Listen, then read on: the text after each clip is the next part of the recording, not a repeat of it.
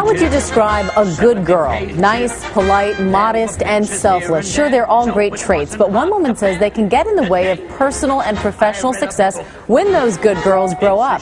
Rachel Simmons has written The Curse of the Good Girl, raising authentic girls with courage and confidence. And clinical psychologist Ronnie Cohen-Sandler is the author of Stressed Out Girls. Good morning to both of you. Good morning. We were all talking about how we can kind of identify with this good girl character. So many women are raised thinking that they have to be polite and smart and you want to behave. What is it about a good girl curse, Rachel, that ends up becoming a bad thing later in life? Well, it's great to be nice, but how nice should you be? If you're too nice, you're not sharing your true feelings. You're holding them back. You're giving up your needs in relationship. You're trying to be perfect all the time. You're a people pleaser. You're a people pleaser, and you're also not taking healthy risks. You know, the best leaps in our development are taken when we're willing to fail. So if you're trying to be good all the time, you're not going to be able to take those risks. And Ronnie, it's interesting because I don't feel like you see a lot of boys perhaps with this same problem. The girls really feel like they have to somehow please others, do the right thing. Not make waves. Absolutely. Make sure everybody's happy with them. And how does that affect girls in terms of their success compared to perhaps boys even? Well, girls, if they don't take risks, they really can't try different things and they can't find out what their real passions are.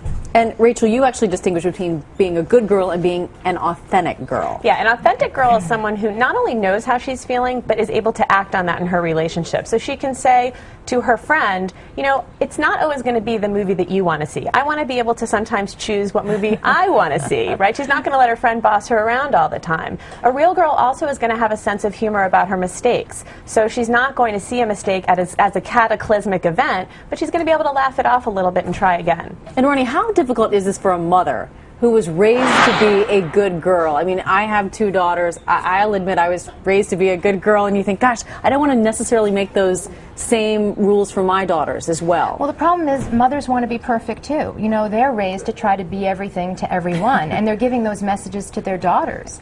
Even subconsciously, you don't even realize that they're modeling themselves after you. Absolutely. So what do you do differently then? What are some tips you have? You say that, first of all, I guess failures and mistakes are an important thing perhaps to express and to experience. Oh, absolutely. It's how you react to your daughter's mistake that tells her everything. You have to convey to her that mistakes aren't just okay. They're actually necessary because, as Rachel says, that's how we learn, particularly about ourselves. You also say you have to balance feedback and criticism. This is something that's really important. You know what happens? A lot of parents today think that in order to raise their daughter's self-esteem, they tell them that they're great in everything. But of course that's not true, and girls know that that's inauthentic feedback. So it's important instead to